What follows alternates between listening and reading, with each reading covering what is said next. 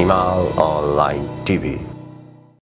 विश्वभरिबाट हिमाल online television हेरिरहनुभएका हजुरहरू सम्पूर्णमा हार्दिक नमन गर्दछु। आजको हाम्रो कार्यक्रमको विशेष अतिथि हुनुहुन्छ नेपाल र विश्व भूराजनीतिक विषयमा अत्यन्त गहिरो, सूक्ष्म र मिहिन ढङ्गबाट अध्ययन चिन्तन गर्ने व्यक्तित्व, राजनीतिक विश्लेषक, त्रिमूल नेपालका अध्यक्ष भरत दाहाल। आज म उहाँसँग विशेष गरी पछिल्लो नेपालको राजनीतिक घटनाक्रम र विश्व भूराजनीतिक विषयमा विशेष कुराकानी गर्दैछु। स्वागत छ दाजु हजुरलाई। हजुर धन्यवाद। आजको कार्यक्रम अन्तर्राष्ट्रिय प्रसङ्गबाट सुरुवात गरौँ। गएको 26 जुलाईमा अफ्रिकाको नाइजरमा सैन्य कु भएको छ। यो सैन्य कुले विश्व भूराजनीतिमा कस्तो प्रकारको अर्थ राख्छ, यसले कस्तो असर देखिन्छ? मैले यो जो सैन्य विद्रोह भयो नाइजरमा, अब यसलाई मैले तीनटा पाटाबाट, तीनटा आयामबाट अलिकति अध्ययन गर्न खोजिरहेको छु। एउटा त त्यहाँको आन्तरिक अवस्था हैन, नाइजर कस्तो अवस्थाबाट गुज्रिरहेको थियो। दोस्रो, युक्रेन द्वन्द्वपछि जो भूराजनीतिक ध्रुवीकरण बढेको छ त्यसले कति भूमिका खेल्यो। र तेस्रो कुरा के हो भन्छ भने नाइजरको घटना हेर्दा त्यो 2021मा सन् 2021मा चुनाव भएको हो, 2 वर्ष अगाडि। बाहिर हेर्दाखेरि सबै ठिकठाक थियो हैन, तर एकाएक जो सैन्य विद्रोह भयो यसले के देखाउँछ भन्छ भने गएको 1 वर्ष यता, 1-1.5 वर्ष यता युक्रेन द्वन्द्वपछि संसारका सबै देशहरू र विशेष गरिकन चाहिँ जस्तो नेपाल जस्ता, अब नाइजर जस्ता यो पश्चिमा घुसपैठ बढी भएका, कमजोर, अविकसित, तपाईको एकदम नाजुक अवस्थामा पुगेका यी देशहरू यस्तो तरल भइसके, यस्तो चाहिँ तपाईको कमजोर भइसके कि त्यहाँ कतिखेर के हुन्छ भन्नै नसकिने खालको अवस्था छ, जुन स्थिति तपाईको नाइजरमा देखियो। अब नाइजरको त्यो सैन्य विद्रोह म जानुभन्दा अगाडि मैले अलिकति त्यसको पृष्ठभूमि बताउँ। मैले अध्ययन गरेअनुसार यो 1960मा फ्रान्सबाट स्वतन्त्र भएको थियो, फ्रान्सकै उपनिवेश हो पहिले। अनि त्यसपछि यो शताब्दी सुरु भइसकेपछि जस्तो त्यहाँ प्राकृतिक स्रोत साधनले असाध्यै सम्पन्न देश रहेछ त्यो, जस्तो उसको कुल निर्यातको 40% निर्यात उसले खनिज मात्रै गर्छ र त्यसमा पनि तपाईको युरेनियमको चौथो ठुलो उत्पादक विश्वमा, र फ्रान्सले 18%, युरोपियन युनियनका बाँकी देशहरूले 20% युरेनियम त्यहीबाट लिने गरेका थिए। स्रोत साधनले असाध्यै सम्पन्न देश भएको हुनाले यो फ्रान्स लगायतका केही देशहरू त्यहाँ पसेर ठुलो चाहिँ लुट मचाइरहेको थिए।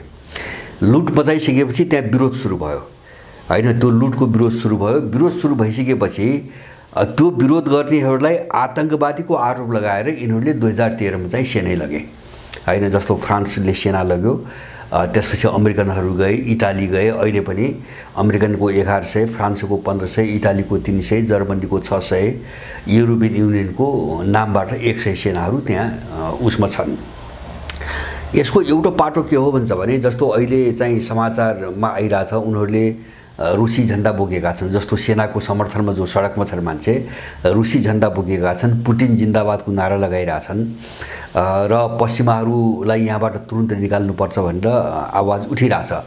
यसले के देखाउँछ भन्छ भने एउटा पाटो नाइजरको जो लुट यिनीहरूले सुरु गरे पश्चिमाहरूले सेनै लगेर, त्यसका विरुद्ध चाहिँ विद्रोहको चाहिँ तपाईँको विस्फोट हो एउटा पाटो।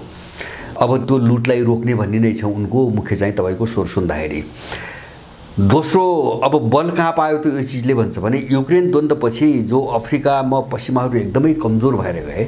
कमजोर यतिसम्म भए कि तपाईँको 3 वर्ष 2.5 वर्ष अगाडि जस्तो मालीबाट, बुर्किना फासोबाट फ्रान्सका सेनाहरू बेइज्जतीपूर्वक निकालिए हैन, बेइज्जतीपूर्वक निकालिए। अफ्रिकामा धेरै देशमा फ्रान्स छ, निकालिए। अब त्यसपछि एउटा पश्चिमा विरोधी एउटा उभार चाहिँ अफ्रिकामा बढ्दै गएको थियो र त्यसमा युक्रेन द्वन्द्वले उनको मनोबल चाहिँ निकै माथि उठाइदियो। किन भन्छ भने युक्रेन द्वन्द्वले पश्चिमाहरू चाहिँ धेरै कमजोर छन् भन्ने कुरो देखायो हैन, अथवा पश्चिमाहरूलाई तह लगाउने शक्ति पनि छ भन्ने कुरो व्यवहारमा स्पष्ट भइसकेपछि अनि अफ्रिकाका लगभग सबै देशहरूमा एउटा पश्चिम विरोधी अभियान चाहिँ सुरु भएको हो।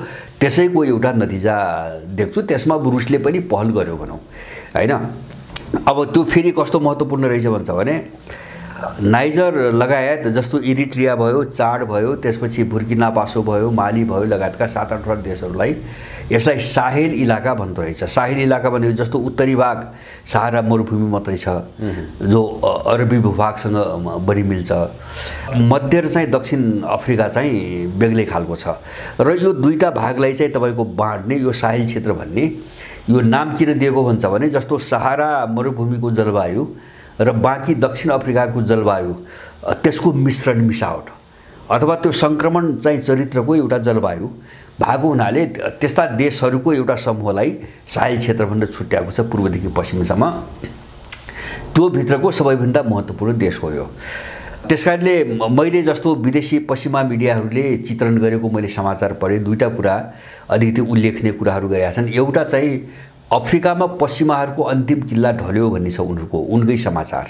जस्तो युरोपियन मिडिया, अमेरिकन मिडिया हेर्दाखेरि उनले अमेरिका र युरोपको अन्तिम गठबन्धन चाहिँ सदस्य ढल्यो अफ्रिकामा होइन। योभन्दा अगाडि चाहिँ लगभग चाहिँ एलआईको नाममा भरपर्दो गठबन्धनको नाममा सबै अफ्रिकनहरू उनको हातबाट गइसकेका थिए, यो अन्तिम थियो भन्ने उनको चित्रण छ एउटा। अब दोस्रो उनले के चाहिँ समाचार दिइरहेछन् भन्छ भने अफ्रिकाको भूराजनीतिमा रुसको पकड चाहिँ अस्वाभाविक र चाहिँ तपाईँको अप्रत्याशित रूपमा चाहिँ बलियो हुँदै गयो र सोभियत सङ्घको पालाको जो एउटा विरासत थियो अफ्रिकासँग सम्बन्ध त्यो चाहिँ पुटिनले अहिलेको रुसले बिउतायो र अफ्रिकामा पश्चिमाहरू एकदमै कमजोर भएर जाने स्थिति देखा पर्यो भन्ने खालका चित्रण गरिरहेछन्।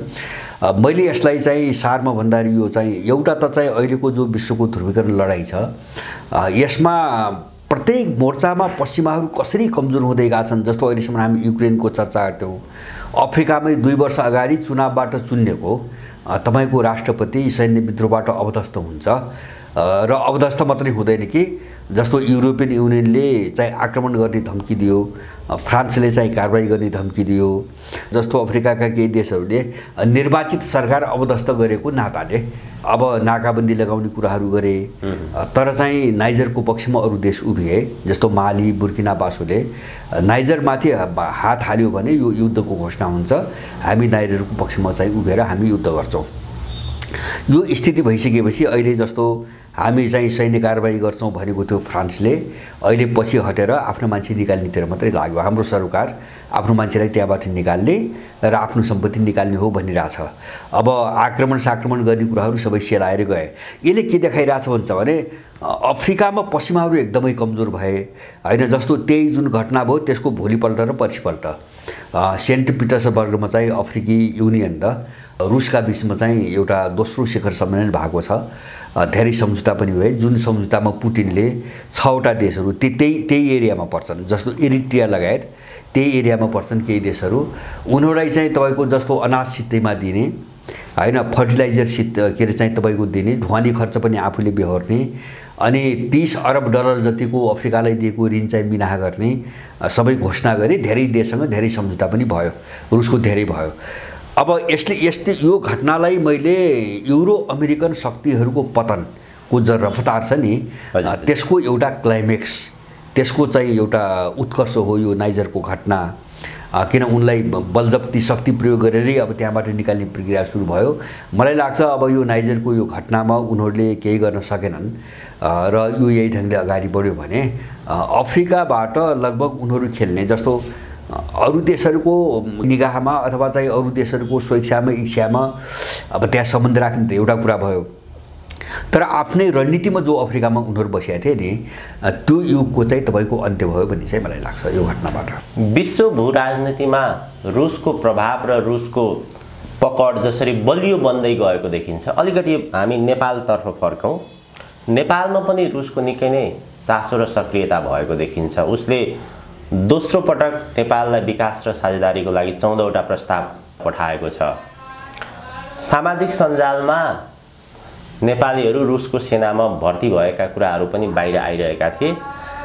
नेपालीलाई रसियन सेनामा भर्ना हुन अनुमति छैन भनेर नेपाल सरकारले स्पष्टीकरण दिएको छ। जुन प्रकारको नेपाल सरकारको यहाँका राजनीतिक दलहरूको भूमिका देखिएको छ, यसले चाहिँ रुसलाई बेवास्ता गर्दाखेरि नेपालमा उत्पन्न हुने परिणाम चाहिँ कस्तो हुन्छ? यस्तो मेरो आफ्नो आकलन जस्तो रुसी कल्चर, अब रसियनहरूको इतिहास एउटा चाहिँ कहावत के छ भन्छ भने अहिले युक्रेन द्वन्द्वपछि द्वन्द्व समेत जोड्ने हो भने यस्ता ठुला युद्धहरू रुसले 4 पटक लड्यो र 4 पटक ढल्दै उठेको चाहिँ साम्राज्य हो त्यो। जस्तो नेपोलियनसँग झन्नै विशुद्ध हो, त्यो बेलाको विशुद्धै हो।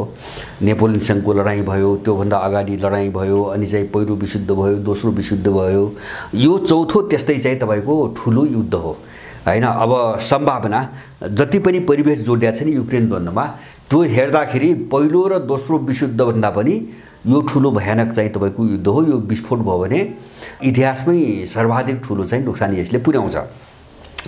अब रसियनहरूको अर्को एउटा विशेषता के हुन्छ भने उनीहरू एकदम राजनीतिक कल्चर छ उनीहरूमा हैन, राजनीतिक संस्कार छ। उनीहरू रसियनहरूको एउटा राम्रो बाटो, उनीहरू मूल्यमा विश्वास गर्छन्, उनले इथिक्समा विश्वास गर्छन् र जसलाई साथ दिए उनीहरू चाहिँ लुकेर होइन, उनीहरू खुलेर साथ दिन्छन् र तपाईको त्यो साथ म विश्वासघात रसियनहरू गर्दैनन्। जस्तो अहिले पनि हामीले सिरिया देखिरहेछौँ नि, सिरिया जोग्यो नत्र कर्नेल कद्दाफी बनाउन खोज्या हो, असदलाई पनि कर्नेल कद्दाफी बनाउन खोज्या हो अमेरिकाले हैन। जस्तो सद्दाम र उसलाई बनाए नि, जस्तो असद जोगिए, सिरिया जोगियो, त्यो मात्र हैन तपाईको भेनेजुला जोगियो।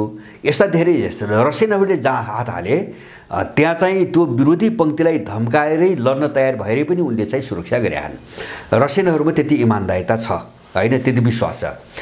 अब तपाईको नेपालको सन्दर्भमा के हुन्छ भने जस्तो सोभियत संघको विघटन भइसकेपछि अब यिनीहरूले कहीँ पनि ध्यान दिन सकेनन्।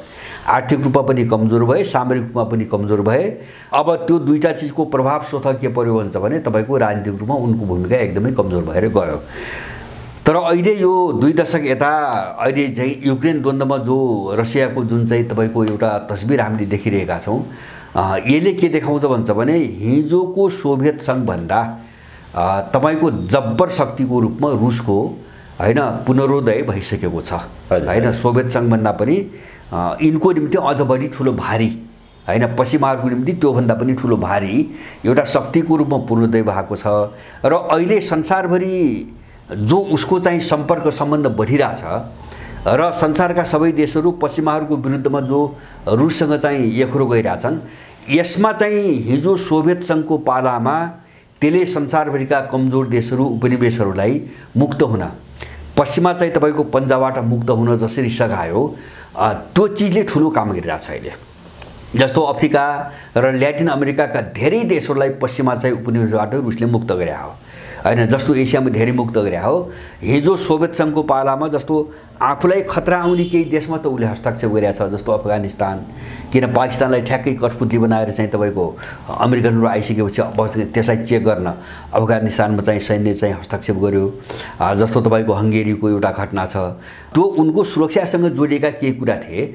त्यो बाहेक कुनै पनि देशलाई लुट्नको निम्ति अथवा चाहिँ आफ्नो गुलाम बनाउनको निम्ति सोभियत संघले कहिले पनि हस्तक्षेप गरेन, बनाएन पनि। त्यसकारणले उसको त्यो चरित्र पनि सबैले हेरेका छन् अहिले हैन। त्यसले चाहिँ जोडिरहेको छ। हिजो सोभियत संघ र अफ्रिका, ल्याटिन अमेरिका अथवा एसियन देशहरूको जो सम्बन्ध छ, त्यो सम्बन्धलाई कડીलाई अहिले जोडिरहेको छ एउटा। र दोस्रो चिज के हो भन्छ भने यो 1990 को दशकपछि जो यो अमेरिकनहरूको मोनोपोली भयो र यिनीहरू सारै चाहिँ तपाईको जङ्गली भएर गए नि, संसारभरि हमला गर्ने र सबै चाहिँ आफ्ना विरोधीहरूलाई सिध्याउने मिसनमा गए। यसको बदला लिनको निम्ति अहिले दुनियाँ जुर्मुराइरहेछ हैन। जस्तो नाइजरको घटना त्यही हो, अहिले उनले अहिले ठाउँ पाए। अब जहाँसम्म नेपालको कुरो के हुन्छ भने तपाईको रुसले 14वटा जो प्रस्ताव मैले पहिले पनि भनेको छु, त्यो प्रस्ताव नेपालमा विकास निर्माण गर्ने एउटा पाटो हुन्छ नि, जो आर्थिक पाटो मात्रै, त्यो पाटोबाट मात्रै आएको होइन। त्यस्तो चाहिँ तपाईको भ्रमपूर्ण सोचबाट सोच्नु पनि हुँदैन, एउटा कुरा। दोस्रो मलाई के लाग्छ भन्छ भने हामीसँग चीनको सिमाना जोडिएको छ, चीनसँग समन्वय नगरेर पनि त्यो प्रस्ताव आएको होइन हैन। रुस त टाढा छ हैन। जस्तो नेपालको विषयमा रणनीति गराउँदाखेरि पनि चीन वा कुनै मुद्दामा इन्डिया पनि होला भोलि हैन। यिनीसँग कोअपरेसन नगरेर रुसले नेपालको विषयमा चाहिँ एउटा स्वतन्त्र नीति बनाउन त गाह्रो छ, अप्ठ्यारो छ, कार्यान्वयन गर्न गाह्रो हुन्छ। त्यसकारणले त्यो चिनिया सहमतिमै आएको हो भने मैले बुझ्छु हैन, समन्वयमा आएको हो। किन भन्छ भने त्यहाँ एउटा सबभन्दा ठुलो महत्त्वपूर्ण चाहिँ मैले सबैभन्दा महत्त्वपूर्ण देखेको पूर्व पश्चिम रेल मार्ग बनाउने जुन कुरा छ नि, यो रणनीतिले चाहिँ अमेरिकनहरूलाई यहाँ खेल्ने भूभाग काहीँ पनि नदिने, सबै त्यो भूभाग क्रस गर्ने, जस्तो एमसीसीको नाममा उनले सेक्रेट एउटा इलाका बनाउन खोजिरहेछन् अमेरिकनहरूले, त्यसलाई चाहिँ चिर्ने चाहिँ तपाईँको योजनामा आएको देखिन्छ हैन। अब त्यसले चाहिँ यिनीहरूले अमेरिकाले रोकिरहेछ त्यो हैन, त्यो प्रस्तावको जवाफै दिन दिइरहेको छैन। अब नाइ भन्न सक्ने अवस्था छैन। किन के कारणले नाइ भन्ने, सारा संसारका साम्राज्यवादीलाई आउ लगानी गर भन्ने रोइरहेछन्, अनि रुसले प्रस्ताव गर्दाखेरि इन्कार के कारणले गर्ने हैन, त्यो इन्कार गर्नको पछाडि कारण पनि केही दिन सक्ने स्थिति छैन, तर रोकिरहेछन्, अमेरिकनहरूको दबावमा रोकिरहेछन्। अमेरिकनले के बुझिया छ भन्छ भने रुस पस्यो भने सबै सिद्धो भन्ने उसले बुझिया छ। जस्तो अहिले पछि पनि नेपालमा जो हलचल भइरहेछ भित्र बाहिर देखिया छैन, एमसीसी पनि चाहिँ धर्म हुँदै गएको छ। अहिले चाहिँ बीबीसी लगायतका केही पश्चिमी मिडियाहरूलाई मैले हेरिरहेको छु, एमसीसीको भविष्य अथवा एमसीसीसँग जोडेको अमेरिकी चिन्तालाई लिएर केही समाचार आइरहेछन् र मलाई लाग्छ तपाईँको एमसीसी यस्तै केही चिजलाई बहाना बनाएर केही समयपछि त्यो लगानी चाहिँ आफूले चाहिँ नलगाउने हिसाबले, त्यो अनुदान नदिने हिसाबले एमसीसी फिर्ता पनि हुनसक्छ, सम्झौताबाट हात झिक्न पनि सक्छ। किन भन्छ भने ऊ यहाँ आएर जे योजना बनाउनु खोज्या हो त्यो नै पुरा नभइसकेपछि, नहुने भएपछि उसले एक पैसा पनि दिँदैन, $1 पनि दिँदैन अमेरिकाले। र एउटा अर्को चाहिँ तपाईँको जस्तो अहिले चाहिँ परिस्थिति किन उल्ट्यो विश्वभरि र नेपालमा पनि त्यो किन हुन्छ भन्छ भने, जस्तो नेपालमा हामीले देख्यौँ नि, हिजो पनि त्यही भूमिका हो, चिनियाहरूको पनि त्यही हो, रसियनको पनि त्यही हो। जो चाहिँ विकासोन्मुख देश अथवा अविकसित देश भन्थे, यी देशहरूमा उनले यति चाहिँ अनुदान बगाएका छन् नि ती देश बनाउनुको निम्ति। जस्तो पञ्चायतकालमा हामीले पनि देख्यौँ नि, 3 दर्जन जति राष्ट्रिय उद्योगहरू महेन्द्रको पाला सुरु भए, वीरेन्द्रको कालसम्म बने। त्यो कसले बनायो त? तपाईँको या त रुसैले बनायो या त चिनैले बनायो हैन। जनकपुर चुरोट कारखानादेखि बाँसबारी चाहिँ छाला जुत्ता कारखाना, भ्रिकुटी काज कारखाना, सिमेन्ट कारखाना हैन, धागो कारखाना सबै त उनले बनायो। अहिले त्यही भएर 1990 मा सोभियत सङ्घको विघटन पनि भयो, अनि त्यही फाइदा उठाएर सबैलाई बेचान होइन भने इन्डियन र पश्चिमाहरूले बेचाएको हो। त्यसकारणले संसारमा अरू देशमा पनि उनको भूमिका त्यही हो। तर तपाईँ अर्कोतिर यिनको भूमिका हेर्नु, जस्तो पश्चिमाहरूको लगानीको अर्थ मात्रै के हो भन्छ भने नाफा गर्नुको निम्ति पैसा लगाउने, लुट्नुको निम्ति लगाउने बाहेक उनले चाहिँ कुनै देश बनोस् भनेर यो स्तरको विकास निर्माणको कार्यक्रम संसारमा कहीँ पनि गर्दैनन्, गरेका पनि छैनन्। जस्तो नेपालमै देखिन्छ नि, अमेरिकाले जस्तो नेपालको अर्थतन्त्र चाहिँ आफ्नो खुट्टामा उभियोस् भनेर यहाँको स्रोत साधनमा आधारित कुन उद्योग बनाइदियो अमेरिकाले? इन्डियाले के बनाइदियो? युरोपियनले के बनायो? कहीँ पनि बनाउँदैन यिनीहरू। किन यिनको उद्देश्य त के छ भन्छ भने, जस्तो उनले बनाए, जस्तो चाहिँ उनले के बनाए भन्छ भने हामीसँग कपास खेतीको सम्भावना थियो, बागेदेखि बर्दियासम्म चाहिँ तपाईँको कपास उत्पादन हुन्थ्यो त्यो बेला। अहिले त्यसलाई लक्षित गरिकन, त्यो रोजगारीलाई लक्षित गरिकन उनले चाहिँ धागो कारखानामा उ गरे हैन, कपडा कारखानामा चाहिँ तपाईँको खोलिदिए हैन। प्रशस्त नेपालमा छाला थियो, छाला जुत्ता कारखाना खोलिदिए। हामीसँग चाहिँ जस्तो कागज बनाउने र मटेरियलहरू प्रशस्त थियो, उनले भ्रिकुटी काज कारखाना तपाईँको बनाइदिए हैन। त नेपालसँग जे स्रोत छ त्यो स्रोतमा आधारित उद्योगहरू जो बनाइदिए त्यो त चाहिँ तपाईँको चीन र रुसले नै गरे। बाँकीले के गरे भन्छ भने हामीसँग जुन स्रोत छ त्यो स्रोतमा आधारित जति उद्योगहरू छन् त्यसलाई भत्काइदिए। पश्चिमाली इन्डियनले 47 सालपछि गरे त्यही हो। किन नेपाल जति पङ्गु हुँदै जान्छ, जति पेन्डुलम हुँदै जान्छ, जति परनिर्भर हुँदै जान्छ, उनी खेल्ने ठाउँ त्यतिकै बन्ने हो। जस्तो अहिलेको दुर्दशा कारण त्यही हो। त्यसकारणले अहिले अमेरिकनहरू एउटा रसियन प्रस्तावबाट त्यहाँ डराइरहेछ हैन, इन्डियन पनि डराइरहेछ, मुखले नभने पनि डराइरहेछ। यिनी त लुटिरहन् सबै हैन, नेपाललाई नाङ्गो बनाएका देशहरू। अब दोस्रो चाहिँ सामरिक हिसाबले रुस पस्यो, लगानीकै नाममा पस्यो भने पनि हैन, त्यो लगानीको नाममा मात्रै त बस्दैन यहाँ त हैन, अरू चिज पनि हुन्छन्। अब अरूले जे गरिरहेछन् त्यो अरू पनि हुन्छ। अब त्यसकारणले उसले रोक्न लगाइरहेछ। र अर्को एउटा पाटो तपाईँले भनेको छ, मैले त पहिले भनेको छु है, जस्तो रुसीहरूको कल्चर नबुझ्ने मान्छेहरूले यसलाई सामान्य रूपमा ल्याए होलान् हैन, मैले यसलाई सामान्य रूपमा लिएकै छैन। र जस्तो अहिले हामीले नाइजरको कुरा गऱ्यौँ नि हैन, भोलि नेपालमा त्यस्तो कुनै पनि दृश्य देखिन सक्छ हैन। किन नाङ्गो रूपमा यस्तो चाकरीमा उत्रिसकेपछि हैन, जस्तो चाहिँ तपाईँको जस्तो नाइजरमा किन भयो भन्छ भने उसले आफ्नो चाहिँ त्यो राष्ट्रपतिले आफ्नो विदेश नीतिलाई सन्तुलित राखेन। ऊ नाङ्गो चाहिँ तपाईँको एउटा चाहिँ पश्चिमाहरूको, अमेरिकन र युरोपियनहरूको एउटा एलआईको नाममा नाङ्गै रूपमा एउटा भाडाको मान्छे जस्तो भएर काम गर्यो। नतिजा त्यही हो। अब यिनले यही चिज बढायो भने यहाँ पनि त्यस्तो घटना नहोला भन्न सकिँदैन हैन। मैले त असम्भव मैले केही पनि देख्दिनँ। किन भन्छ भने जस्तो अहिले तपाईँले वक्तव्य आयो नि रुसी सेनाको, यिनीहरू अनैतिक निर्लज्ज मान्छेहरू। त्यो वक्तव्यमा के पनि छ भन्छ भने हामीले नेपाली सेनालाई भर्ती गर्न पाउने सम्झौता गरेका देशहरू बाहेक भन्ने भाषा पनि छ। हजुर हजुर। भनेपछि यिनले के भनिरहेका छन्, इन्डिया र बेलायतले नेपालीलाई किन्न पाउनुपर्छ भनिरहेका छन् अहिले पनि। यस्ता टट्टुहरू हैन, यस्ता चाहिँ तपाईँको दलालहरू हैन, सम्झौता भएका देशहरू बाहेक भनेपछि त्यो भने के? यिनले कुनै पनि देशलाई कि त सबैसँग हामी खारिज गर्छौँ, नैतिक रूपमा त्यो हो, अनि रुसको विरोध गर्न मिल्छ हैन। इन्डिया र बेलायतले चाहिँ यहाँको मान्छे किनेर सेनामा प्रयोग गर्न पाउने हैन, अरूले नपाउने भने के त्यो हैन? त्यो त एउटा घोडाले, एउटा चाहिँ तपाईँको निकृष्ट दासले बोल्ने कुरा हो त्यो हैन। यिनी त्यो भाषा बोलेका छन् एउटा। दोस्रो काही के हुन्छ भने जुन अनैतिक तत्त्वले यहाँको नागरिकलाई देशमा बस्नै दिँदैन, बसेर खानै दिँदैन, रोजगारी दिँदैन, त्यसले चाहिँ अर्थी कसलाई सुनाइरहेछ अहिले हैन? मान्छे खान पाइरहेछन्, रोजगारी पाइरहेछन्, केही बात छ, बाँच्नै नसक्ने स्थिति आइसक्यो। अनि उसले के गर्छ? कामको निम्ति अथवा चाहिँ तपाईँको आफ्नो जीविकाको निम्ति गर्छ कि गर्दैन? कि त्यो जवाबदेही बन्नु पर्यो जो भर्ती भइरहेछ हैन? किन त्यसपछि जवाबदेही बन्नु पर्यो? जवाबदेही छैन, यिनीहरूले त मान्छेलाई फ्याँकेका छन्। यिनले त के गरिरहेछन्? यहाँको मान्छे निकाल्ने, विदेशी भर्ने, नागरिकता ऐनको नाममा भर्ने हैन। यो मिसनमा लागेको मान्छेले त्यो नैतिक रूपमा त्यो अर्थी उपदेश दिने यिनलाई अधिकार छैन। यिनीहरू इन्डो पश्चिमा शक्तिका यिनी एकदम नाङ्गा दलालै हुन्। दलाल मात्र होइन, मैले भन्छु यिनका कर्मचारी हुन्। यिनको नेटवर्कभित्रै बसेर काम गर्ने यिनका कर्मचारीहरू हुन्। त्यसकारणले गर्दाखेरि त्यो वक्तव्यको कुनै तुक पनि छैन।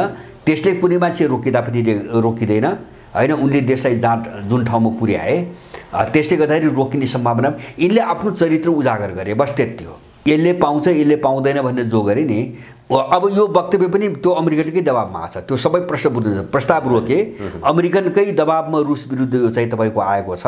अब नैतिकता हुन्थ्यो भने सबै खारिज गर्छौँ भन्नु पर्थ्यो, अथवा चाहिँ इतिहासमा यस्ता भए सबै हामीले समीक्षा गरेर जानुपर्ने अवस्था छ, अर्को देशको सेनामा भर्ती हुनुहुन्न, उनले त यसो भन्नु पर्थ्यो हैन। भने के छन् भन्छ भने इन्डिया र बेलायत बाहेक अरू देशमा भर्ती गर्ने अधिकार छैन भन्ने भन्छ। भने यसले के देखाउँछ भन्छ भने यिनीहरू रुसका विरुद्धमा अमेरिकनले यसलाई उग्र बनाइरहेछ हैन। यो जो वक्तव्य आयो, यत्रो समय नबोलेर अहिले वक्तव्य आछ नि हैन, यिनीहरूलाई उग्र बनाइरहेछ। यसको सङ्केत मैले चाहिँ तपाईँको एकदमै चाहिँ भयानक देख्छु। पछिल्लो घटनाक्रमलाई हेर्ने हो भने इन्डो वेस्टको दबाबमा चीन र रुसलाई रोक्न खोजेको त्यस्तो देखिन्छ। यो परिस्थिति कहिलेसम्म रहन्छ, कहिलेसम्म रोक्ने सम्भावना रहन्छ, अथवा उनीहरू कति सफल हुन्छन्, कस्तो देखिन्छ?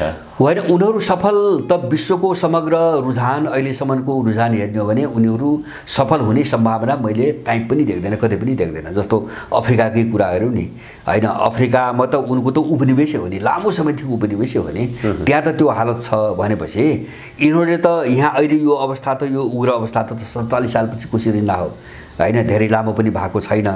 र त्यसमा पनि के छ भन्छ भने नेपाली मनोविज्ञानमा यिनीहरूप्रति सहानुभूति पनि छैन हैन। जस्तो इन्डिया त इन्डिया भइगयो, जस्तो एमसिसीको प्रकरणमा हामीले देख्यौँ। अब यहाँका धार्मिक सांस्कृतिक मामिलामा नाङ्गो चरित्र देखाउँछन् युरोपियनहरू, यहाँको जनमत हामीले देखिरहेछौँ। त्यसकारणले यो नै यिनको निम्ति जो प्रतिकूलता छ नि, यही प्रतिकूलताले यिनलाई शिकार बनाउने सम्भावना छ, मैले त्यो देख्छु। किन भन्छ मैले एउटा चाहिँ मात्रै सङ्केत के गर्न चाहन्छु भन्छ भने होला कतिलाई लाग्यो होला, जस्तो अहिले नाइजरमा भयो नि, नाइजरमा पनि चाहिँ एउटा समाचार मैले के पढेँ भन्छ भने यही राष्ट्रपति जो अवदस्त भयो यसले चाहिँ यो सेनाप्रति कति विश्वस्त थियो रे भन्छ भने,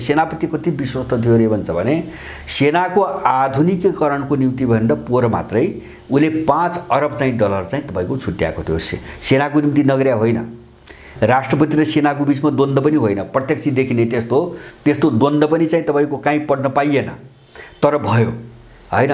किन भयो भन्छ भने अन्तर्राष्ट्रिय भूराजनीतिले भयो हैन, सत्ताको लडाइँ छ। जस्तो यस्ता खालका फ्याक्टरहरू त हरेक देशमा हुन्छन्, आन्तरिक रूपमा अब एउटा आकांक्षा राख्ने फ्याक्टरहरू त हरेक खालका हुन्छन्।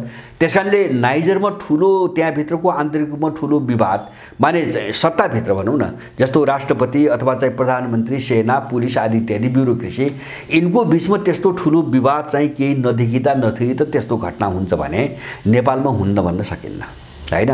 नेपालमा हुन्न भन्न सकिन्न। किन भन्छ भने केही पनि नभएका जो फ्रेजाइल देश भन्छ नि, एकदमै चाहिँ नाजुक भइसकेका नाजुक अवस्थामा पुगिसकेका देशहरूमा चाहिँ यो हुन्छ यो हुन्न भन्न सकिने अवस्था हुन्न। त्यसकारणले मैले अहिले यिनीहरू जसरी चाहिँ नाङ्गो रूपमा आइरहेछन्, यो जो वक्तव्य आयो यसपछि यसले गर्दाखेरि एउटा दुर्घटना हुन्छ। मेरो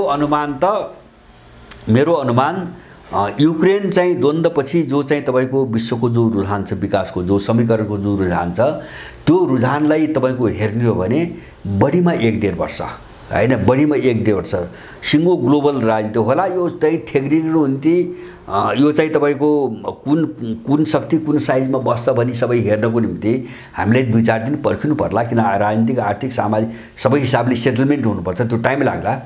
तर शक्ति सन्तुलन कसको पक्षमा गयो भनेर चाहिँ तपाईँको हेर्नको निम्ति हामीले 1.5 वर्षभन्दा बढी जानु पर्दैन, किन त्योभन्दा बढी ठेक्न सक्ने अवस्था संसारमा कहीँ पनि छैन।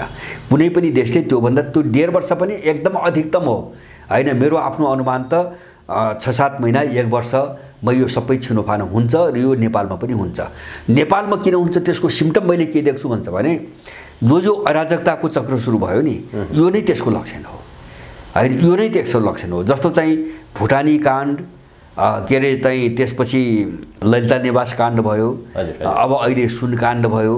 यिनीहरू यस्तो चाहिँ अन्योलमा फस्दै गइरहेछन् नि, के गर्ने के नगर्ने, कसले कहाँ के गरिरहेछ यिनलाई अत्तो पत्तै छैन, किन सबै बिकिसकेका छ। जस्तो अदालतलाई विभिन्न ग्याङ चाहिँ विदेशीले किनिसक्यो, पुलिस किनिसक्यो, ब्युरोक्रेसी कर्मचारी किनिसक्यो, पार्टी सबै किनिसक्यो भनेपछि त्यो बिकिसकेका मान्छेले त जस्तो पद्धति सिस्टम अनुशासन नियम कानुन त मान्दैन होइन, र कोही कसैको अधीनमा पनि हुँदैन। भएको त्यही हो। जस्तो सुनको कुरा अहिले जस्तो हेर्ने हो भने सुन छिराउने र चाहिँ गेटसम्म ल्याइसकेपछि पकड्ने त अर्कै शक्ति छ नि यहाँ त। हजुर हजुर होइन, नारायण काजीलाई थाहा त छैन होइन, सुन छिराएको पनि थाहा छैन, अथवा चाहिँ तपाईँको त्यहाँ बाहिर आई गेटमा पकडिदिने को पनि थाहा छैन, किनभने त्यो मान्छे नारायण काजीको हातमै छैन होइन। त्यही नारायण काजीलाई फेरि अर्कोले चलाइरहेछ होइन, कर्मचारीलाई अर्कोले चलाइरहेछ। अनि चाहिँ तपाईँको यहाँभित्र फेरि आफ्नो स्वार्थको निम्ति बदला लिने चाहिँ विभिन्न गिरोह हुन्छन् माफियाका। त्यस कारण यस्तो जो भद्रगोलमा देश गयो नि अहिले होइन, कसैलाई केही थाहा छैन, सबै चाहिँ ऊ कसैबाट चल्या छ होइन, र बाहिर जो छ त्यो अर्काको अधीनमा छैन। त यो लक्षण के हो भन्छ भने अराजकता चाहिँ चरम अवस्थामा गइसकेको छ नेपालमा, र यसको अर्थ के हो भन्छ भने कुनै पनि बेला जे पनि हुनसक्छ। मैले देख्ने सम्भावना के हुन्छ भने नेपालको भू राजनीतिले सहज ढङ्गले अब निकास पाउँदैन, म त्यसमा ढुक्क छु। सहज ढङ्गले निकास पाउँदैन, जस्तो देश अप्ठ्यारोमा पर्यो यसरी सहमति गरौँ यसरी जाउँ भन्ने हुन्छ नि, अब त्यो छैन। एक त त्यो पहल गर्ने योग्यतै यिनको होइन, सबै बिगिसकेका मान्छे योग्यतै होइन। त्यस कारणले जब त्यो सम्भावना छैन भने यहाँ विस्फोटै हुन्छ। आम मानिसले चाहिँ यो जति पनि घटना यहाँले भन्नुभयो, सुन प्रकरणको कुरा होस्, नक्कली भुटानी शरणार्थी प्रकरण अथवा ललिता निवास बालवाटार जग्गा प्रकरण, यो प्रधानमन्त्री पुष्पकमल दाहालको नेतृत्वमा गृहमन्त्रीको नेतृत्वमा भइरहेको छ भन्ने आम मानिसको बुझाइ छ। भ्रष्टाचारीहरू चाहिँ कारबाहीको दायरामा पर्छन् भन्ने बुझाइ छ नि। यो जसरी बाहिर पब्लिकले बुझिरहेछ त्यस्तो घटना स्वयं उनीहरूलाई नै थाहा छैन कसले गराइरहेको। होइन, मैले थाहा भएको भए त एयरपोर्टमै रोक्थे नि त यिनीहरूले, त्यति बुझ्नु पऱ्यो नि। जस्तो त्यो सुन चाहिँ तपाईँको एयरपोर्टबाट निस्किएर त्यहाँबाट गेटसम्म बाहिर गेटसम्म कसरी आयो त होइन, यिनको हात हुन्थ्यो, यिनलाई थाहा हुन्थ्यो, यिनले गरेका हुन्थे भने त्यो त तपाईँको जहाजबाट यतातिर चाहिँ त्यो टर्मिनल भवनतिर त छिर्नै नपाउने हो नि, त्यही रोकिन्छ नि। सुन किन रोकेन भनेपछि यो घटना कसले के उद्देश्यले गराइरहेको छ? हो कसले के उद्देश्यको निम्ति गराइरहेछ होइन। जस्तो अब यिनीहरूलाई थाहा होला, जस्तो सबै सूचना कसले कसलाई आफै पनि चाहिँ अरूबाट चल्या हुन्छ, अनि चाहिँ अर्को कहाँबाट चल्या छ त्यो त थाहा त हुन्छ। जस्तो यो गन्जागुल किन देखिन्छ त भन्छ भने अब यिनीहरू केही गर्न सक्ने हालतमा छैनन् होइन। जस्तो चाहिँ भुटानी केस आयो नि, अब त्यस्तै चाहिँ कचल्टिने हो क्या, त्यस्तै रुमल लिएर चाहिँ जटिल बन्दै जाने, त्यस्तै फस्दै जाने। जस्तो भुटानी केस भन्छ भने आर्जुको चाहिँ तपाईँको केस चाहिँ अब रोक्यो होइन, अर्को मन्जु खाँडको केस रोक्यो, त्यस्तै गरेर चाहिँ ओलीकै श्रीमतीको नाम आएको थियो तिनी सबै रोके। ललिता निवासमा चाहिँ तपाईँको बाबुराम र चाहिँ माधव नेपालको नाम रोकिरहेछ होइन। जस्तो सुनमा चाहिँ अब एमाले र माओवादीको झगडा हेर्नु न होइन, एउटा चाहिँ आयोग बना भने एमाले चाहिँ धम्काइरहेछ होइन, आयोग नबनाउने, छुट्टै आयोग नबनाउने भन्ने सरकार लागिरहेछ। किन बनाइरहेको छैन भन्नुहुन्छ भने डराइरहेछ, सरकारमा त उही छ प्रचण्ड नारायण गाजीको सरकार छ हैन। अब आयोग बनाउँदाखेरि कुनै प्रतिकूल त्यस्तो खालको केही रिपोर्ट आयो भने त फसिन्छ। अब त्यसकारणले उनले आफ्नै कमानमा त्यसलाई अलिकति मिलाएर हल गर्न खोज्या होलान्, तर यो हल हुँदैन। किन भन्छ भने अर्कै कसैले गराइरहेछ हैन। अब त्यसलाई कारबाही गर्न यिनी किन सक्दैन भन्छ भने यिनीहरू पनि अरू काण्डमा त फस्यान् नि फेरि। ल यसमा नहोलान् हैन। जस्तो एनसेल काण्डहरू भए, योभन्दा अगाडिका चाहिँ यत्रा भ्रष्टाचारका काण्डहरू छन्, यत्रा लुट छन्, यिनको सारा जिन्दगी यिनको ऐयास सबै हेर्ने हो भने पनि यिनी लुटेरा हुन् भन्ने दुनियाँले बुझ्न सक्छ। त्यसकारणले गर्दाखेरि एउटामा निर्णायक ढङ्गले हात हाल्यो भने अनि त्यसले उनलाई छोडिदिन्छ भोलि, त उनलाई पनि अर्कोमा समातिदिन्छ नि। हो यो डरले न यिनी कारबाही गर्न सक्ने। अब बाहिर ल्याइदिन्छन्। भुटान पनि भाते हो नि, यिनले ल्या त होइन नि हैन। गराए सबैलाई पैसा खुवाए, सबैलाई फसाए, अनि त्यसपछि बाहिर ल्याइदिए। यिनीहरूलाई चाहिँ एउटा चक्रव्यूहमा पार्ने यिनीहरूको रणनीति कार्यान्वयन गर्ने अनि यिनलाई धम्काउने, आफ्नो काम गराउने। जस्तो अहिले मैले भने नि यो तपाईँले भन्नुभयो नि यही सुनकाण्ड आइसकेपछि अहिले के आयो त रसियन सेनामा भर्ती हुन पाइनु भने यिनको वक्तव्य आएको छ अहिले हैन। योभन्दा अगाडि के भयो, नागरिकता ऐन चाहिँ यिनले चाहिँ तपाईँको प्रमाणीकरण, विधेयक प्रमाणीकरण गरिसकेपछि अनि लगत्तै चाहिँ तपाईँको काण्डको एउटा श्रृङ्खला सुरु भएको छ हैन। मान्छेको ध्यान जस्तो अहिले नागरिकतामा मान्छेको चासै छैन नि, कहाँ घुमाइरहेछन् मान्छेलाई हैन।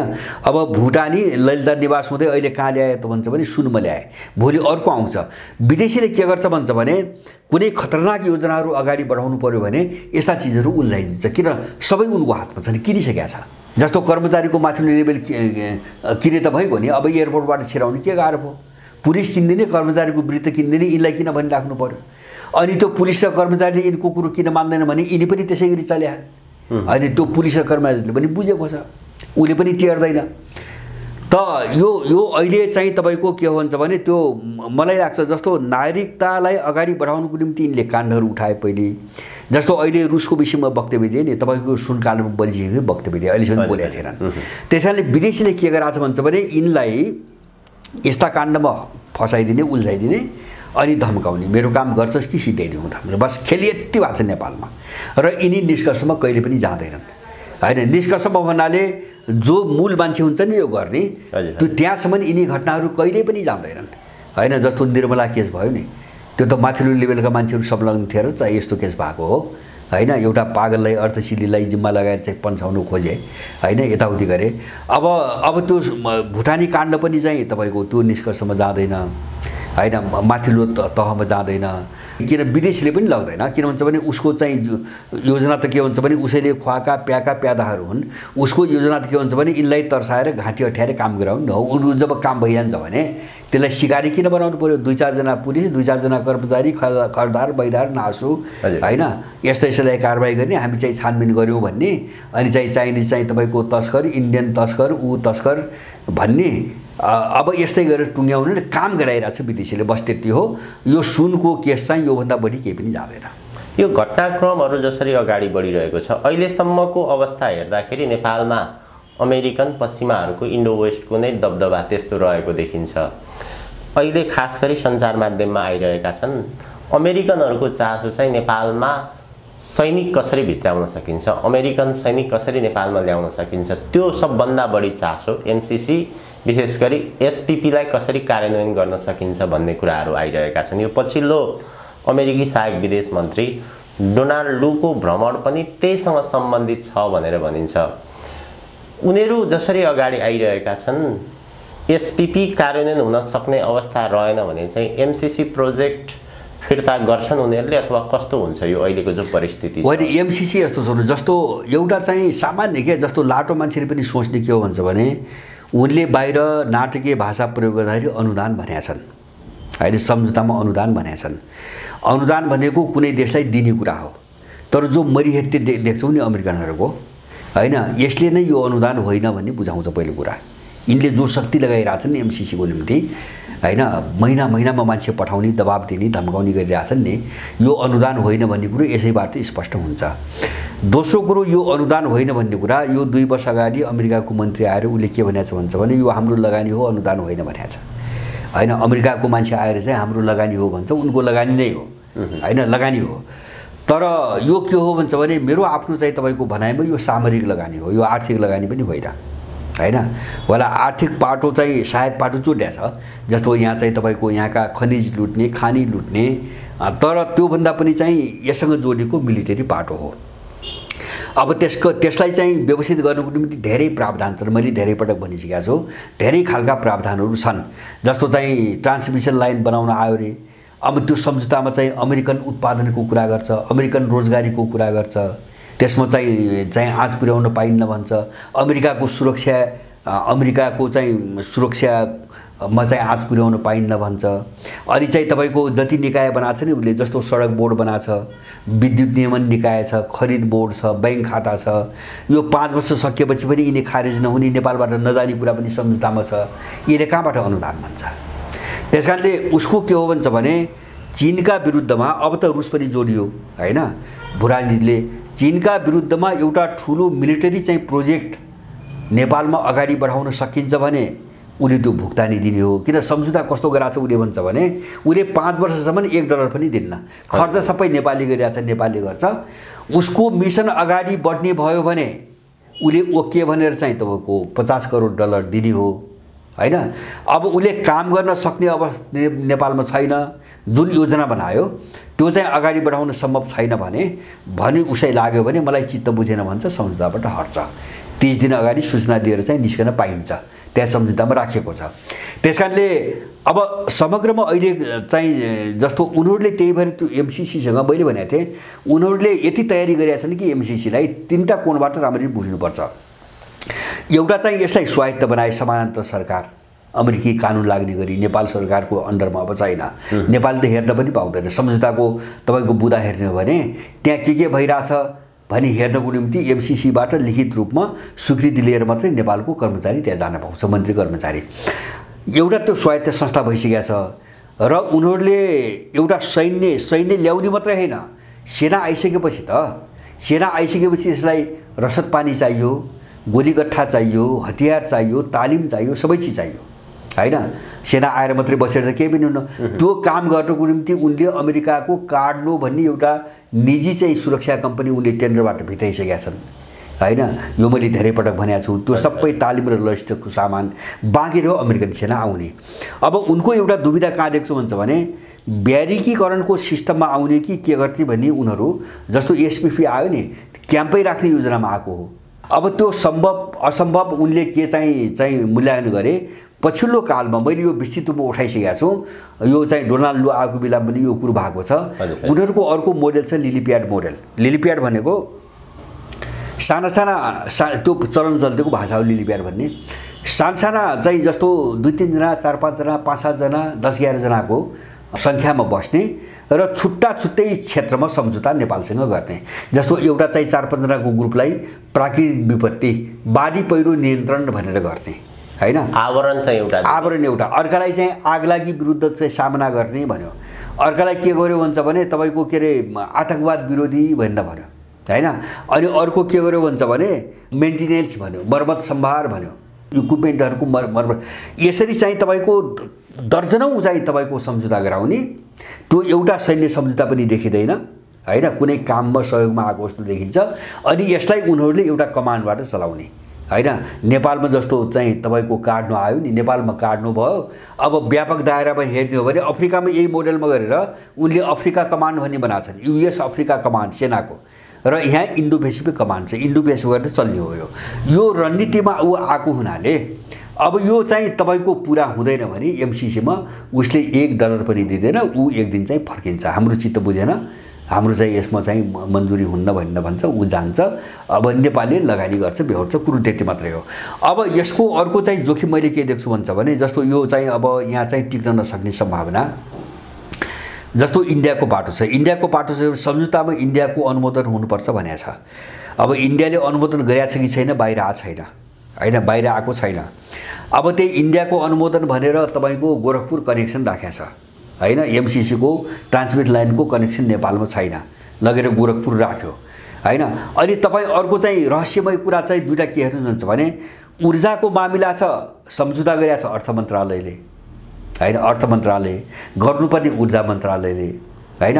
त्यो किन गर्यो भन्छ भने एमसीसी अगाडि बढ्यो भने उनको योजना अनुसार नेपालको अर्थतन्त्रको स्ट्रक्चर बदल्ने, ढाँचै बदल्ने हैन। त्यो एमसीसी को सम्झौताको पहिलो चाहिँ दफामै त्यो कुरा छ।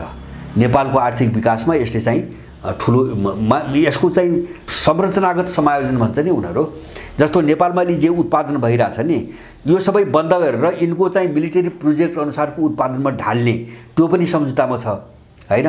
त्यसको निम्ति अर्थ मन्त्रालयले हस्ताक्षर गराइयो। अनि चाहिँ जब ऊर्जाको मामिला त ऊर्जाको छ, भोलि विद्युत प्रयोग गर्ने कुरा छ, ट्रान्समिसन लाइन होइन, उद्योग विद्युत नियमन निकाय किन बनाएको छ? ट्रान्समिसन लाइन आउनु बनाएको विद्युत नियमन निकाय किन बनाएको छ हैन? विद्युत नै उसले प्रयोग गर्ने हो। र त्यो चाहिँ तपाईको विद्युत कहाँ छ त भन्छ भने विद्युत त हामीले प्रयोग गरेको विद्युत छ, यो विद्युत सिज गर्ने कुरा छ उसको हैन। र नपुगेको विद्युत इन्डियाबाट ल्याउन यिनले कनेक्सन गोरखपुर जोडे र बाँकी विद्युत नेपालकै क्याप्चर गर्ने हो। त्यसको निम्ति विद्युत प्राधिकरणको मान्छे एमसीए बोर्डमा राखेको छ, जस्तो कुलमानी बिसिङ छ नि अहिले हैन। र यसको ट्रान्समिसन लाइनको टावर हेर्नुस्, यिनी टावर हेर्नुस्, जहाँ जहाँ नेपालको विद्युत उत्पादन भइरहेछ नि त्यही वरिपरि मात्रै छ, बाहिर छैन हैन। यो सजिलै बुझ्न सकिन्छ। नेपालको जस्तो चाहिँ यहाँ लप्सीफेदी भन्छ नि, यहाँ चाहिँ तपाईको यो के अरे चाहिँ अब यिनी कोशीका विभिन्न हाँगा बिगादेखि लिएर तपाईको त्रिशुली गण्डकी कुलेखानीसम्म हेटौडासम्म के अरे मकवानपुरसम्म छ नि, बस उसका ट्रान्समिसन लाइन यही वरिपरि छन् त्यो विद्युत क्याप्चर गर्ने योजनामा। भनेपछि यो मिसन उसको सफल हुन्न, मेरो निष्कर्ष त्यही हो। यो मिसन सफल हुँदैन हैन। त्यसको निम्ति यहाँ के गर्नुपर्छ, यिनी दलालले भन्छ भने नाइजरमा जे भयो हैन अथवा भोलि अरू देशमा जे होला त्यो जोखिम यिनले मोल्नै पर्छ। अब त्यो जोखिम मोल्नै पर्छ र सिधै रुस र चीनलाई चाहिँ अब बाइकट भनेर यिनीहरू जानुपर्छ। त्यो चाहिँ जान नसक्ने हो भनेपछि एमसीसी कार्यान्वयन हुँदैन। एमसीसी एक दिन यहाँबाट निस्किनुपर्छ, मेरो बुझाइ त्यति हो। नेपालमा चिनिया चासो जसरी बढ्दै गएको देखिन्छ, अब चीन त नेपालको पुरानो मित्र पनि हो। अमेरिकी सहायक विदेश मन्त्री डोनाल्डोको भ्रमण लगत्तै चिनिया टोली चिनिया कम्युनिस्ट पार्टी सीपीसीका शीर्ष नेताको नेपालमा भ्रमण भयो। चिनियाको भ्रमणको उद्देश्य चाहिँ के थियो? यसैलाई रोक्न थियो कि अरू पनि थियो?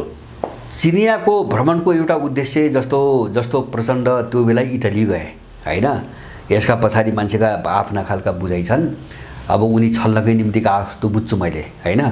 तर चाहिँ जो जुम बैठक भर्चुअल बैठक गरे नि त्यो इटली गए पनि यहाँबाट त गरे, त्यसमा यिनले उठाएकै कुरो बिआरआई छ हैन। त्यतिबाट पनि बुझ्नुपर्छ त्यो बिआरआईसँग भएका सम्झौताहरू कार्यान्वयन हुने कि नहुने उनले त्यति जवाब खोजिरहन् हैन। जस्तो रुसको रोकिरहेछन् नि, रुससँग त सम्झौता भएको छैन, चीनसँग त भइसकेका सम्झौता हुन्।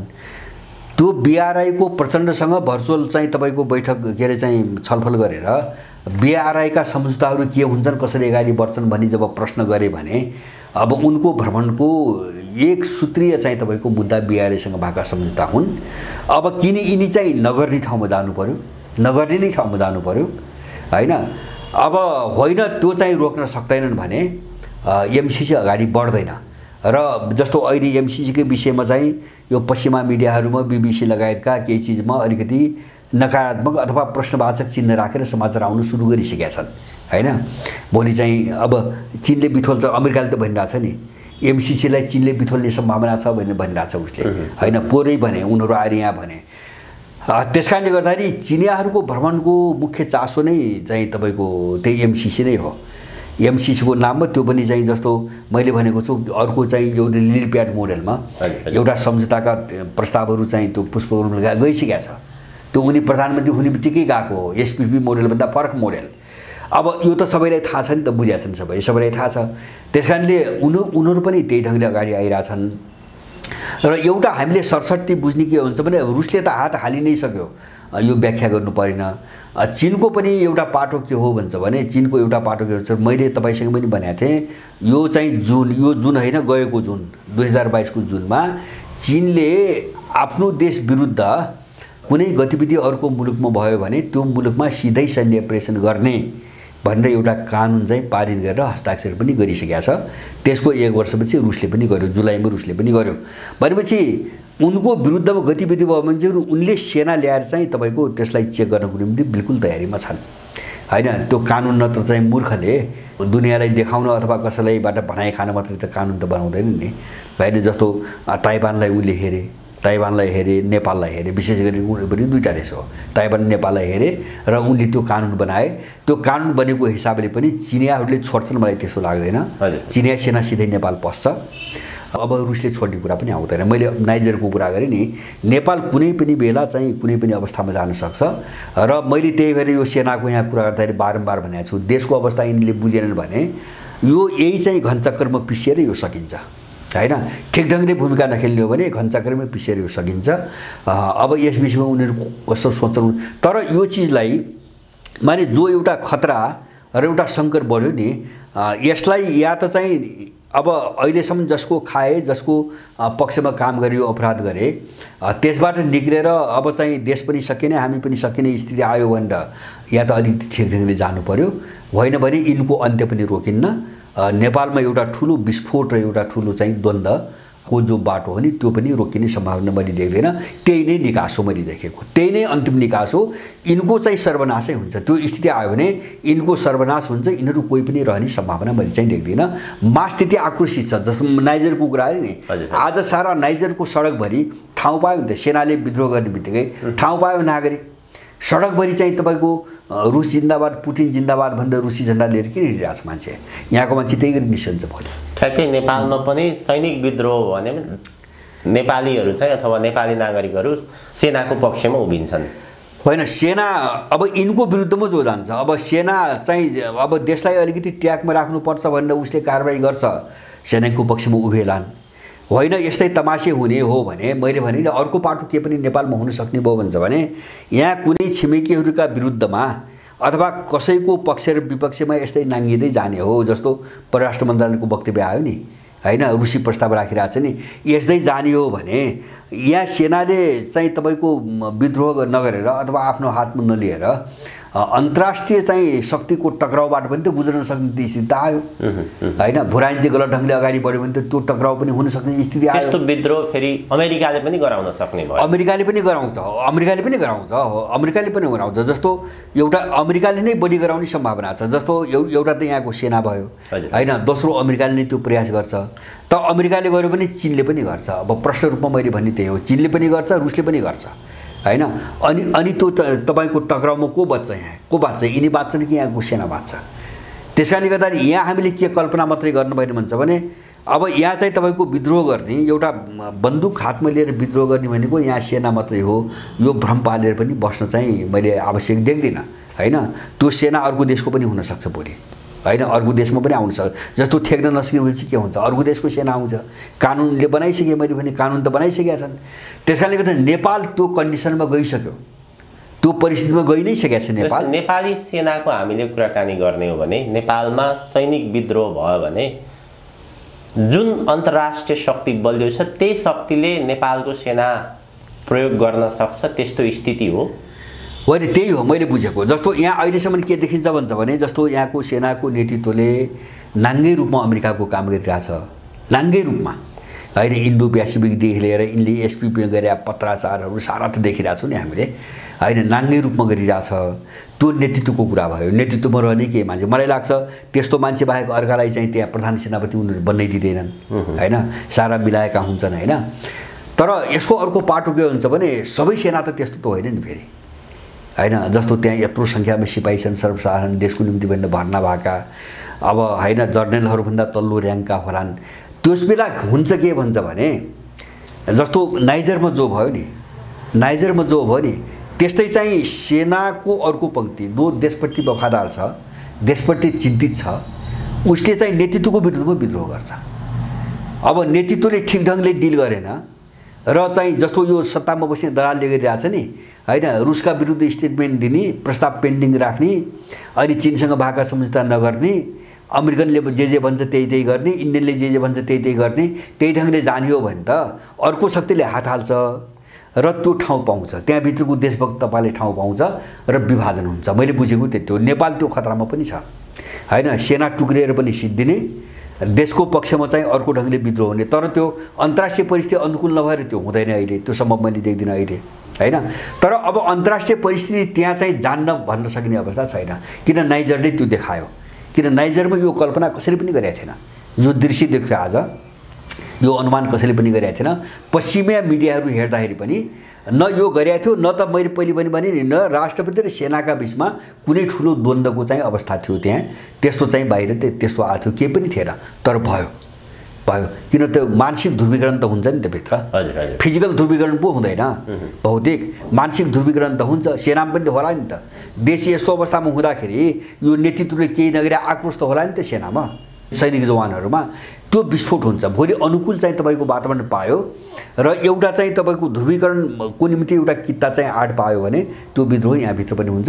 त्यो खतरातिर देश गइसकेको छ। मैले चाहिँ अनुमान गरेको त्यति हो। हजुर दाइ, हामी कार्यक्रमको लगभग अन्त्यतर्फ छौँ। यो अलिकति अमेरिकाको भूमिकाको विषय।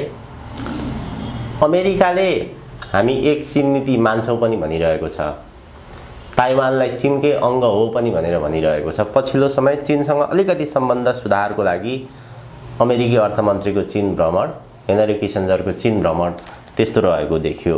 तर फेरि अमेरिकाले भर्खरै ताइवानलाई 34 करोड 50 लाख डलरको सैन्य सहयोगको घोषणा गरेको छ। खास गरी अमेरिकाको यो प्रकारको रणनीति भूमिका अथवा जसरी उसले चाहिँ ताइवानलाई सैन्य सहयोगको घोषणा गर्यो, के हो यसको अर्थ, के गर्न खोजिरहेछ? अमेरिकनहरूको यस्तो जस्तो अमेरिकन र के हदसम्म युरोपियन जस्तो यिनीहरू कुनै मूल्य, कुनै सिद्धान्त, कुनै नैतिकताबाट चल्ने मान्छेहरू होइनन् हैन।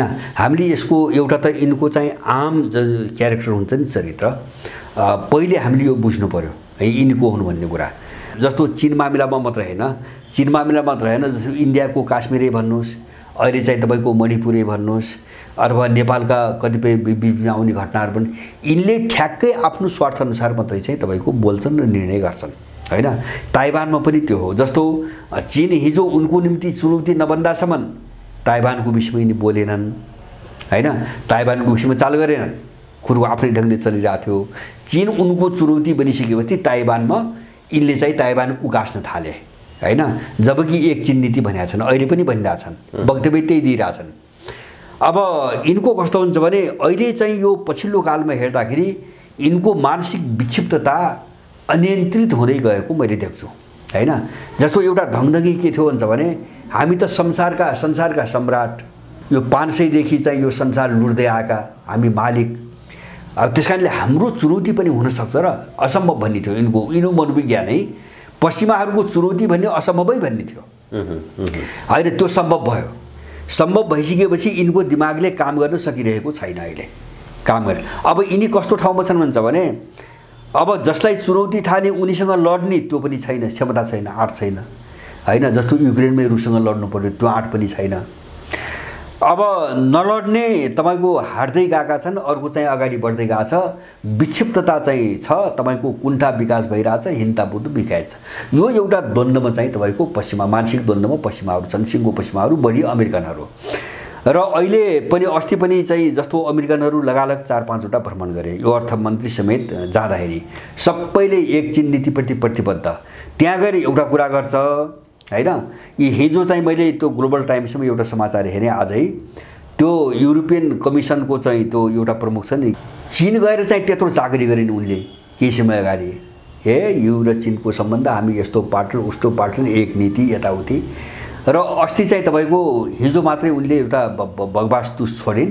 अब चीनलाई कन्ट्रोल गर्नको निम्ति इन्डो पेसिफिकलाई कसरी विकास गर्ने, फिलिपिन्सलाई कसरी उकास्ने, सायद फिलिपिनीहरूसँगको कुराकानीमा हैन। यिनीहरू चाहिँ तपाईँको चाहिँ अहिले एउटा कुरा गर्छन्, भोलि अर्को कुरा गर्छन्। अमेरिकाको त्यही हो। अमेरिकाको के छ भन्छ भने युक्रेन जस्तै चाहिँ ताइवानलाई शिकार बनाउन सकियो भने उसका धेरै आयाम छन्। एउटा उसले हतियार बेच्छ हैन, ताइवानलाई मात्रै बेच्दैन, वरिपरि अरूलाई तर्साएर बेच्छ। जस्तो जापानलाई बेच्न पायो, दक्षिण कोरिया पायो, अस्ट्रेलिया पायो, अरू जस्तो फिलिपिन्स लगायतका देशहरूलाई।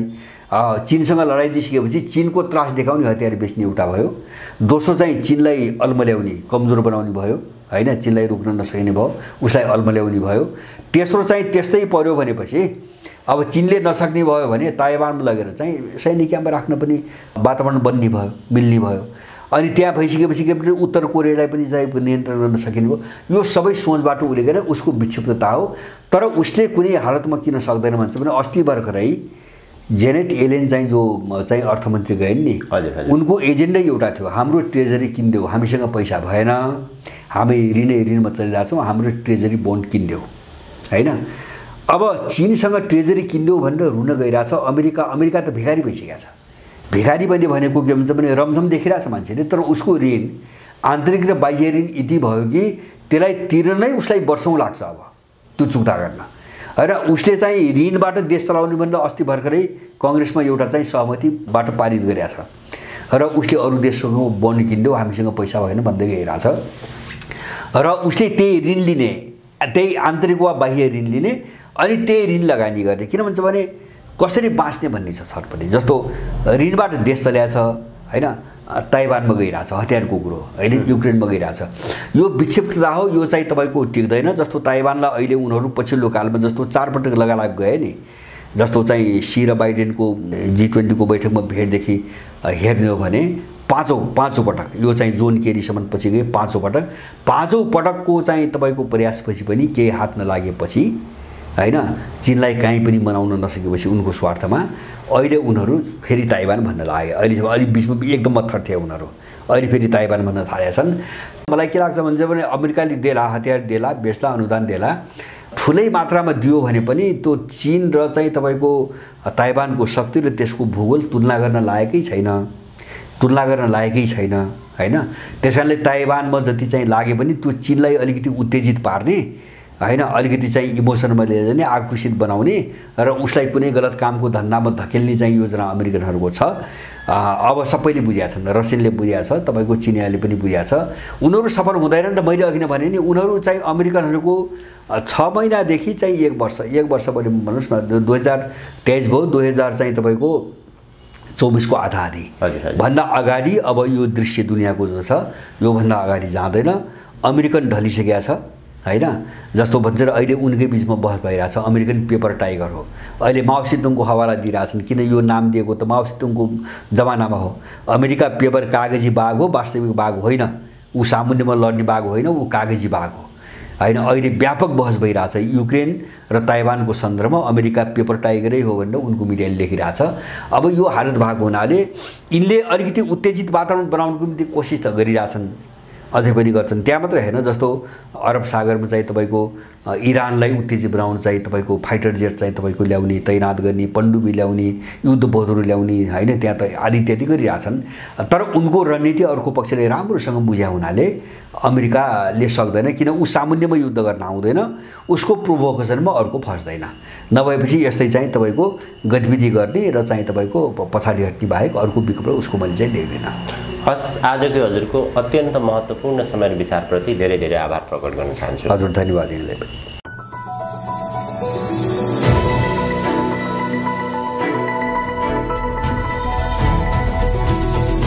हिमाल अनलाइन टिभी।